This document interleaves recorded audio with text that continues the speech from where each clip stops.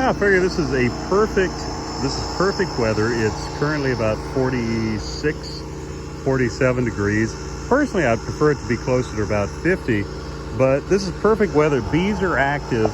What we're looking for, this is the 8th of November, what we're looking for is the bees to have it warm enough, and with the sun, the radiant heat from the sun, it's warm enough for them to break their cluster. You can see they're kind of flying.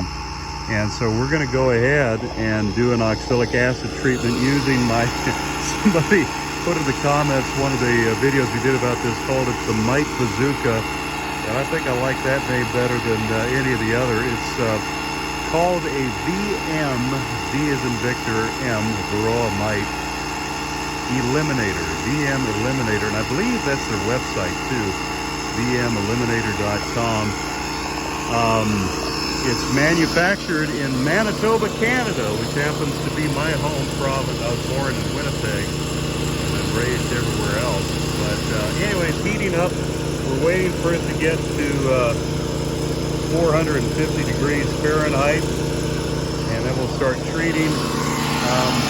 One of the, I suppose, cons of this particular model is you have to have a air compressor and a generator going, but you know, with as effective as this is, that's a minor inconvenience.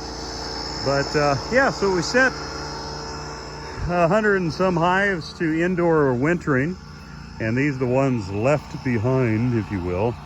And you know what, I'm just curious here, throw my own veil over, curious what we see if we tip a couple of these. I'm encouraged by the weight they've gained. A little bit of a cluster down the bottom.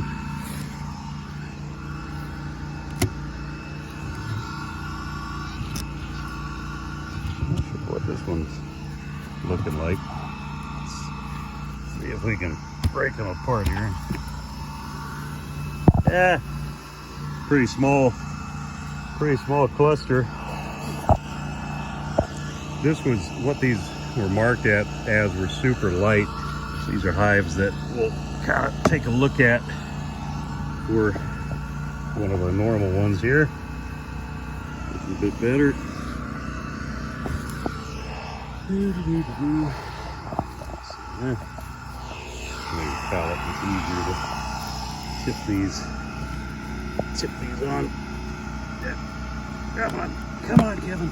You can do it if you just believe in yourself. Yeah, maybe. Yeah, smaller cluster.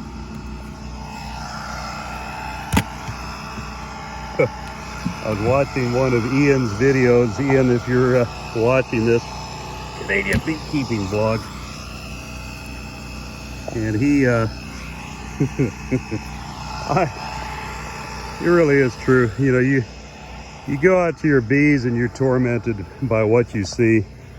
Your emotions can fluctuate so drastically from one day or 1 week to the next, as far as your optimism of how they look. And I mean, it's a really interesting discussion that he has going on, because he uses Apivar like we do, Amatraz based treatments, and it's really, I don't know, it's a weird thing. From other people I've seen and talked to that are using it, there's some inconsistencies, and what's really weird about the inconsistencies is, okay, well, some people throw out, well, maybe the bees have developed a tolerance to Amatraz.